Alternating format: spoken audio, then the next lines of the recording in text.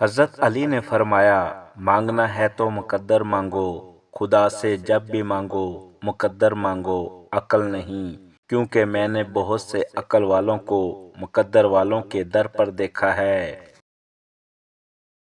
حضرت علی نے فرمایا، 3 چیزوں میں شرم نہیں کی جاتی۔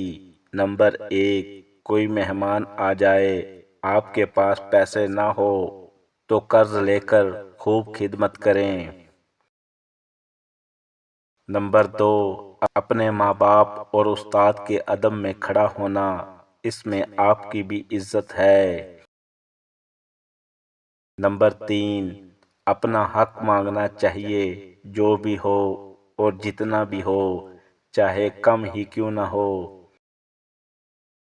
حضرت علی نے فرمایا، 6 چیزوں کی شکایت کبھی مت کرنا۔ نمبر 1، اپنی قسمت کی۔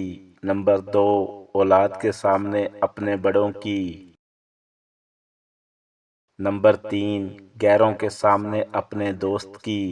نمبر 4، اپنا ذاتی مکان ہوتے ہوئے اس کی تنگی کی۔ نمبر 5، بھول کر بھی اپنے ماں باپ یا استاد کی۔ نمبر 6، رخصت کرنے کے بعد اپنے مہمان کی۔ حضرت علی نے فرمایا، زندگی میں قسم، قدم اور قلم بہت سوچ سمجھ کر اٹھانا چاہیے۔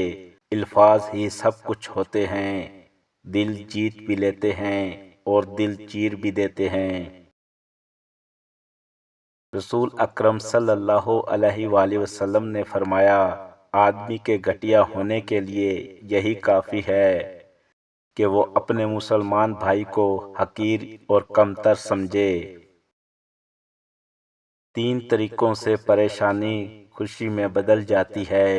نمبر 1، خاموش رہنا، خاموش رہنے سے پریشانی کم ہو جاتی ہے۔ نمبر 2، صبر کرنا، صبر کرنے سے پریشانی ختم ہو جاتی ہے۔ نمبر 3، شکر کرنا، شکر کرنے سے پریشانی خوشی میں بدل جاتی ہے۔ زندگی بھر خوش رہنا چاہتے ہو تو کان کھول کر یہ چند نصیحتیں سن لو۔ زندگی بھر خوش رہنے کے لیے چند نصیحتیں۔ نمبر 1، جہاں قدر نہیں وہاں جانا نہیں۔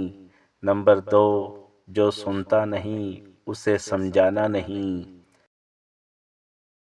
نمبر 3، جو نظروں سے گر جائے اسے اٹھانا نہیں۔ نمبر 4، زندگی میں تکلیف آئے گھبرانا نہیں۔ نمبر 5، جو سچ بولنے پر روٹھ جائے اسے منانا نہیں۔ نمبر 6، جو دوست مشکل میں کام آئے اسے گنوانا نہیں۔ نمبر 7، جو مشکل میں ساتھ نہ دے اسے دوست بنانا نہیں۔